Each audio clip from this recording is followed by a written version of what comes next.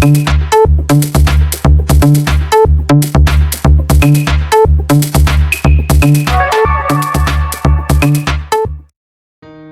to become a failure? Well, why will one want to be a failure? Exactly, nobody wants to be a failure. Rather, I would say nobody wants to taste failure. But it's high time that we need to teach ourselves and younger ones how to handle failure, since it is essential to do so. Primary causes of failures might be lack of skills, but what is more important is whether we are ready to teach ourselves to learn and improve. Remember, never give up.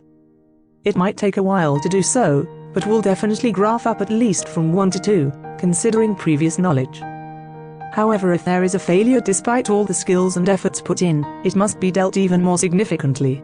For instance, a student has worked hard and put his or her best efforts and prepared for the examination yet couldn't crack it.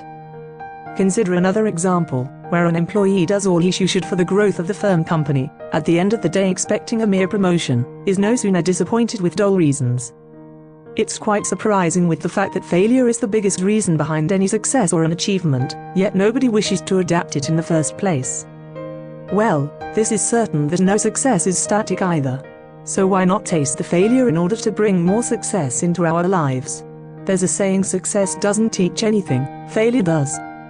Furthermore, here are the 5 best reasons as why and how one should become a failure. The very first reason is to be successful in teaching one to accept the failure and proceed to try again. Secondly, one can change the perspective towards a subject only when he or she fails in the first place. Thomas Alva Edison is a good example, as he failed 10,000 ways to invent the bulb. Third reason is to gain self-respect.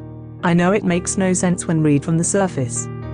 Yet we can't deny the fact that whenever we improve ourselves, we do appreciate and feel good from within, thus leading to self-respect.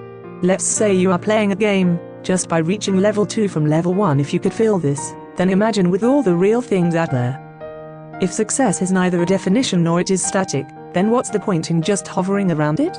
Instead, one has to learn to be a failure often and seek more ways to improve things within and around. After a success, there is nothing much to handle except ego. Besides, it creates an unidentified pressure as how to retain it as perceived before.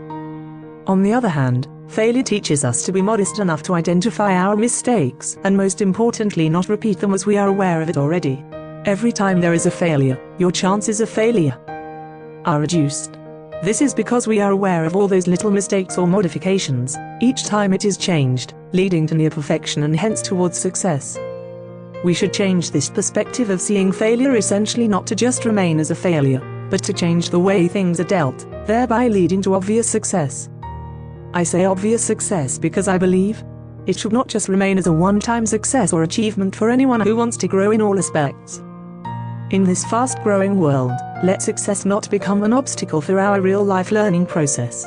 Consequently, allow failure to be a part of our life in order to make the best out of it. Hope it makes you think of it.